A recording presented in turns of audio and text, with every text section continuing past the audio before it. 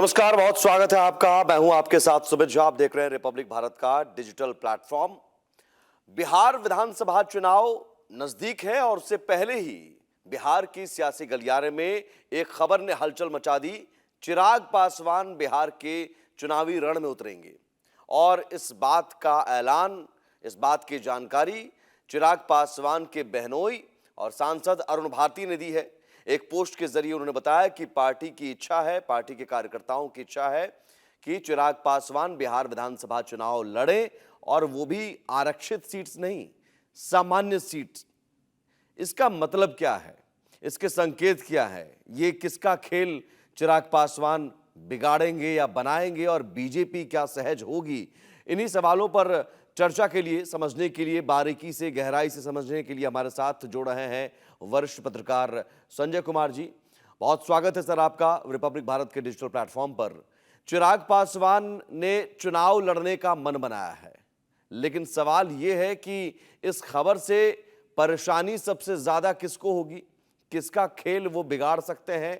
क्योंकि पिछली बार तो जेडीयू का खेल बिगड़ा था, तीसरे नंबर की पार्टी बन गई थी जेडीयू। इस बार क्या किसी का खेल बिगड़ सकता है? और ये अपने आप को बिहार की राजनीति में स्थापित करने की शुरुआत करना चाह रहे हैं चिराग पासवान, दिल्ली से लौटकर वापस पटना जाना चाह रहे हैं। देखिए, पिता और पुत्र दोनों में जो बेसिक अंतर है, स्वर्गीय रामविलास पासवान जी कभी भी बिहार की राजनीति में दिलचस्पी नहीं। उन्होंने हमेशा कहा कि दिल्ली से देश दिखता है, बिहार में अगर ठहर जाएंगे तो शायद हम एक राज्य को ही देख पाएंगे। वहीं चिराग केंद्र में मंत्री रहते हुए उन्होंने कहा कि मुझे दिल्ली में मन नहीं लगता है, मुझे तो मन लगता है बिहार में, और मैं चाहता हूं कि बिहार में रहूं और बिहार के लिए कुछ करूं। उन्होंने इच्छा भी जताई थी कि हाँ, मैं चुनाव लड़ना चाहता हूं अगर बिहार में पार्टी तय करेगी। तो आज तो अरुण भारती जी का आ गया कि हाँ, पार्टी चाहती है कि आप चुनाव लड़िए। और फिर सामान्य सीट वाली भी बात आई, जिसको लेकर के भी अरुण भारती ने स्पष्ट किया कि चूंकि ये न कहा जाए कि केवल वो आरक्षित सीट से ही लड़ सकते हैं, बल्कि वो पूरे बिहार का प्रतिनिधित्व करते हैं, इसलिए सामान्य सीट से चुनाव वो लड़े। अब वो सीट पटना की होगी, दानापुर की होगी, हाजीपुर की होगी, इसका खुलासा तो उन्होंने नहीं किया है। लेकिन इतनी बात जरूर है कि चिराग पासवान की आकांक्षा और महत्वाकांक्षा अब दोनों जो है वो हिलोरे ले रही। वो बिहार फर्स्ट से अब वो आगे निकलना चाहते और एक उम्मीद वो देख रहे हैं। युवा चेहरा है, दलित चेहरा है, ठीक है, वो सामान्य सीट से भी लड़ेंगे, लेकिन दलित समाज तो कहीं ना कहीं से एक्सेप्टेंस है उनका, दलित समाज में स्वीकारिता तो है। तो उनको लगता है कि अगर हम युवा चेहरे के तौर पर अगर बिहार का चुनाव हम लड़ते हैं तो एक मैसेज जाए। एक तरफ तेजस्वी जी हैं, युवा चेहरा है, लालू प्रसाद जी ने एक स्वीकृति दे ही दी है कि वो बिहार के भविष्य हैं। प्रशांत किशोर हैं, एक तरफ चिराग अगर होंगे तो मैं मानता हूं कि चिराग और चिराग की पार्टी ये मान करके इनको मैदान में उतारने जा रही है कि कल अगर निर्णय लेने की बात हो कि मुख्यमंत्री का चेहरा कौन हो, तो एनडीए में तो है, एनडीए में एक स्वीकारिता बन सकती है चिराग पासवान को लेकर के। अब देखना है कि इनकी लक्ष्य तो पार्टी यही है ना। चिराग पासवान केंद्रीय मंत्री हैं, सांसद हैं, वो ये छोड़कर विधायक बनने के लिए तो चुनाव लड़ेंगे नहीं, या फिर मंत्री बनने के लिए, बिहार राज्य का मंत्री बनने के लिए, जबकि ऑलरेडी वो केंद्रीय मंत्री हैं, कैबिनेट मंत्री हैं। तो लक्ष्य तो यही होगा कि हम मुख्यमंत्री पद के दावेदार हों, मजबूत दावेदार हों। लेकिन सवाल है कि क्या बीजेपी में जो चेहरे हैं जिन्होंने सपने पाले होंगे, बीजेपी में भी कई चेहरे हैं, उनके लिए ये फैसला कितना असहज है, या फिर बीजेपी क्या इस फैसले को स्वीकार करेगी कि हाँ ठीक है, आप लड़ना चाहते हैं, आप लड़िए? देखिए, इसको दो नजरिए से देखने की जरूरत है। कहीं बीजेपी ने ही तो इशारा नहीं किया है चिराग पासवान को कि आप जाइए लड़िए, और ये बीजेपी ये प्रयोग करते रही है। आप राजस्थान के चुनाव में देखिए, मध्य प्रदेश के चुनाव में देखिए, हरियाणा के चुनाव में देखिए, वो जो केंद्र में मंत्री, मेंबर ऑफ पार्लियामेंट, उनको विधानसभा का चुनाव लड़ाते रही है। और जो जिन चेहरे पर वो दांव लगाती है कभी, अब राजस्थान में वो पहली बार के विधायक वो बने और कहीं वसुंधरा राजे सिंधिया और बाकी लोगों के सामने वो कहाँ टिकते थे और उनको मुख्यमंत्री की जिम्मेवारी दे दी गई। तो बीजेपी ये प्रयोग करते रहती है। मुझे लगता है कि कहीं ना कहीं से बीजेपी का भी ग्रीन सिग्नल होगा। ये तो ठीक है, हम सोचेंगे, पहले जाकर के क्या लड़िए आप ये बिहार में। बहुत बड़ी बात कह रहे हैं कि ये चिराग पासवान जो कर रहे हैं उसमें बीजेपी आलाकमान की सहमति है, हामी है कि आप लड़िए और अपनी ताकत आप खुद दिखाइए ताकि ये न लगे कि हम आपको आगे कर रहे हैं।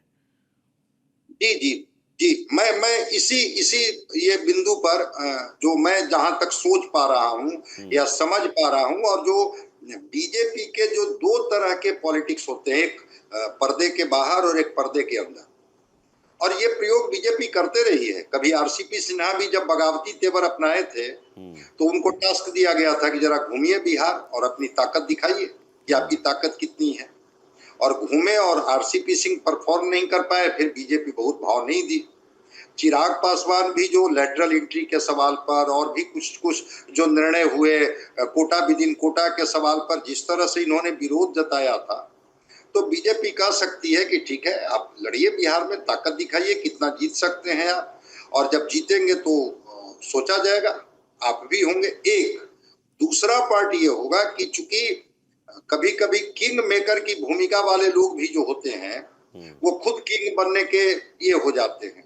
चूंकि जो बिहार का गणित है, चाहे अलायंस इंडिया का हो चाहे अलायंस जो है एनडीए का हो, अलायंस में अगर सीटें ठीक ठाक इनको आ गई, अगर ये 25-30 सीट लाने में कामयाब हो गए या इनके हिस्से में 30 सीटें मिल गई और ये 25 जीत गए, तो फिर ये एक फैक्टर हो जाएगा, जो फैक्टर के बिना राजनीति में गुंजाइश कम होगी कि चाहे वो इंडिया की गठबंधन की सरकार बने या इंडिया गठबंधन की सरकार बने।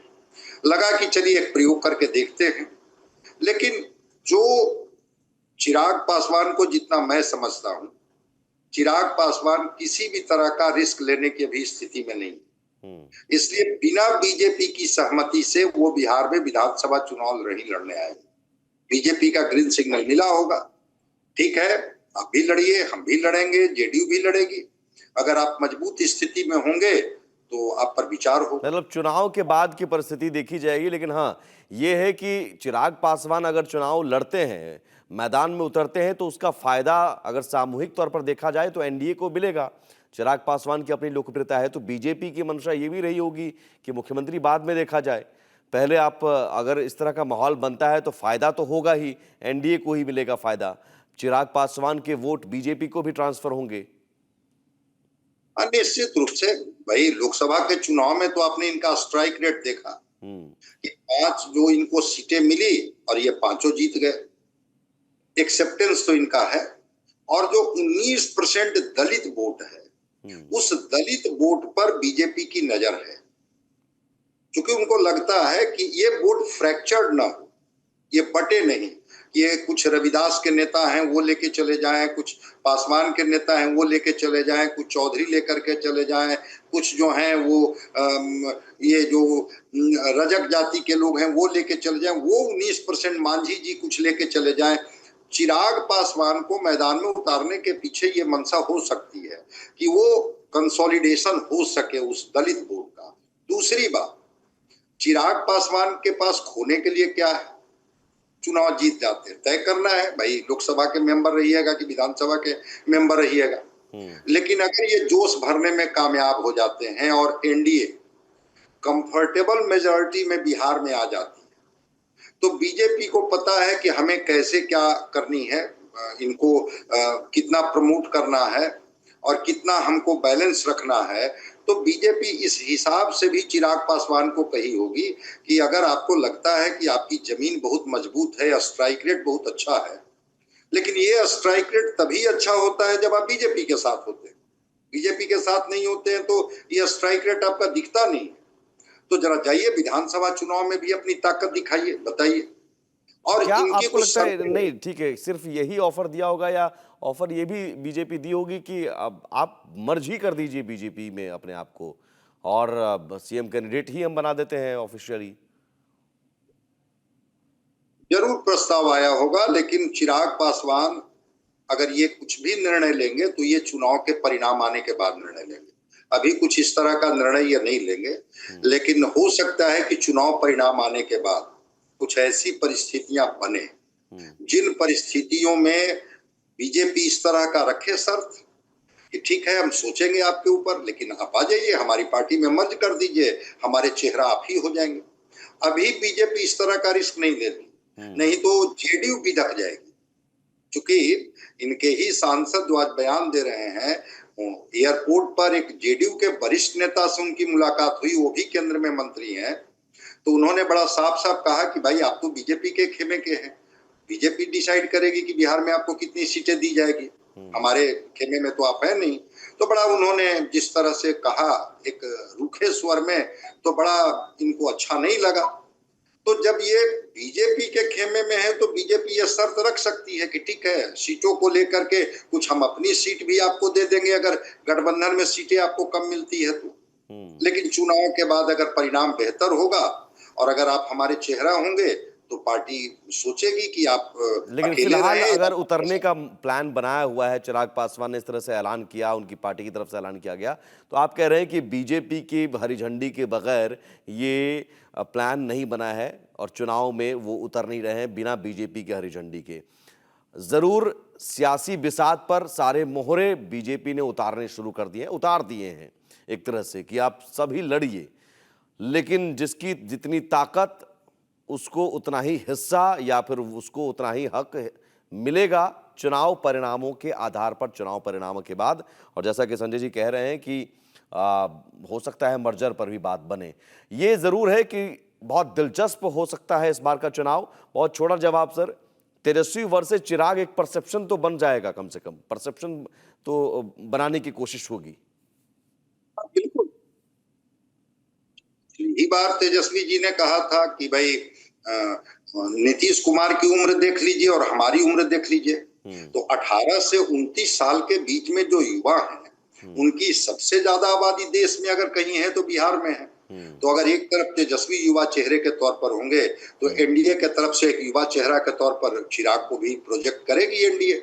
और बीजेपी इस खेल को बड़ा तरीके से करती है, बड़ा कैलकुलेटिव तरीके से, संगठन को जिम्मेवारी दे करके, अपने अलायंस के पार्टनर को समझा करके, बड़ा कैलकुलेटिव तरीके। तो युवा धार को अगर इंडिया गठबंधन को कमजोर करनी है तो इधर से चिराग पासवान भी चेहरे होंगे कि एक युवा तो यहाँ भी है, तय कर लीजिए। वो युवा पर आपको भरोसा है कि इस युवा पर चलिए, भरोसा अच्छी है। बात है। और इस बार इसका मतलब बिहार विधानसभा चुनाव में युवाओं की बहुत बड़ी भूमिका रहने वाली है और दो युवा चेहरे चुनावी मैदान में ताल ठोकते नजर आएंगे और चुनाव परिणाम के बाद कोई युवा ही सीएम की कुर्सी पर बैठेगा, इतना तय है। बहुत शुक्रिया संजय जी हमसे जुड़ने के लिए और बातचीत करने के लिए। आप ऐसे ही खबरों के लिए आप बने रहिए रिपब्लिक भारत के डिजिटल प्लेटफॉर्म के साथ। नमस्कार।